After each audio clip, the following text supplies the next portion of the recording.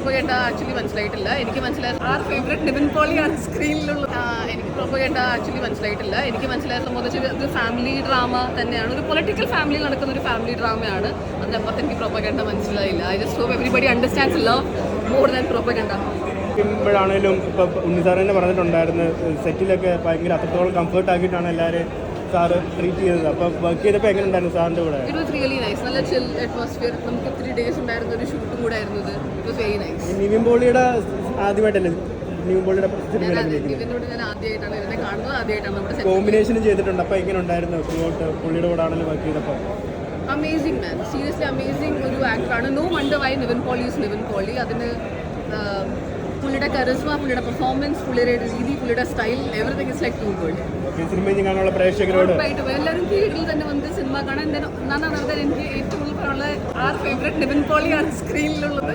Please for show അറിയിപ്പിക്കുന്ന സബ്ജക്റ്റും കൂടെയാണ്. I just hope everybody comes. എന്തിനാ പ്ലീസ് കം ടു തിയേറ്റേഴ്സ്. ഇതിനൊരു സെക്കൻഡ് പാർട്ട് പ്രതീക്ഷിക്കുന്നു. നായകന്റെ വില്ലന്റെ കൂടെ ഷെയർ ചെയ്യുന്ന അപൂർവ സീനാണ് ഉണ്ടായിരുന്നുള്ളത്. അതിൽ ക്ലൈമാക്സ് സീനിൽ ഏറ്റവും കൂടുതലുള്ളത് മാക്കാണ്. നായകന്റെ വില്ലന്റെ കൂടെ സ്ക്രീൻ സ്പേസ് വളരെ കുറവാണെന്ന് പറയാം.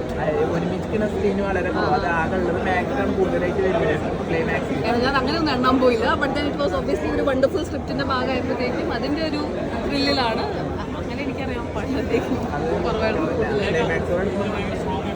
ആ വെയിറ്റ് വന്നിട്ടില്ല. ബിക്കോസ് ഒബ്വിയസ്ലി സാറിൻ്റെ ഒരു സ്ക്രിപ്റ്റ് ആയതുകൊണ്ടും Nivin being such of like നമ്മുടെ കേരളത്തിൻ്റെ ഒരു ഹാർട്ട് ബീറ്റ് ആയതുകൊണ്ടും എനിക്ക് ആ ടെൻഷൻ ഒബ്വിയസ്ലി ഉണ്ടായിരുന്നില്ല. ബിക്കോസ് അവരെ പറയാൻ പോകുന്ന subjects for sure will be something അവർക്കൊരു വ്യൂ കാണിക്കാൻ വേണ്ടിയായിരിക്കും. അത് ഐ തിങ്ക് അങ്ങനെ തന്നെയാണ് ഇത് കാണിച്ചിരിക്കുന്നത്. മെയിൻ അജണ്ട ഒരു ഫാമിലി റിലേഷൻഷിപ്പ്, ഫാമിലി ഡ്രാമ കാണിക്കാനായിരുന്നു, ഒരു പൊളിറ്റിക്കൽ ഫാമിലിയുടെ. അത് നല്ല ഭംഗിയായിട്ട് വന്നിട്ടാണ്. I'm so happy.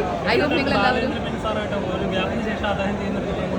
എനിക്ക് ലൈക്ക് അതാ ഞാൻ പറഞ്ഞത്, എനിക്കൊരു സർറിയൽ സംഭവമാണ്. ലൈക്ക് അങ്ങനത്തെ സാറിൻ്റെ പോലെ അത്ര വലിയ actor Harish ശോകൻ sir, Maniyanpilla Raju sir, ഇത്ര വലിയ ആൾക്കാർ ആസ് ലൈക്ക് ഹിസ്റ്ററി ഓഫ് സിനിമയാണ് നമ്മുടെ മലയാളം ഇൻഡസ്ട്രിയുടെ. അപ്പോൾ അവരുടെ കൂടെ വർക്ക് ചെയ്യാൻ പറ്റിയതിൻ്റെ ഒരു സന്തോഷം.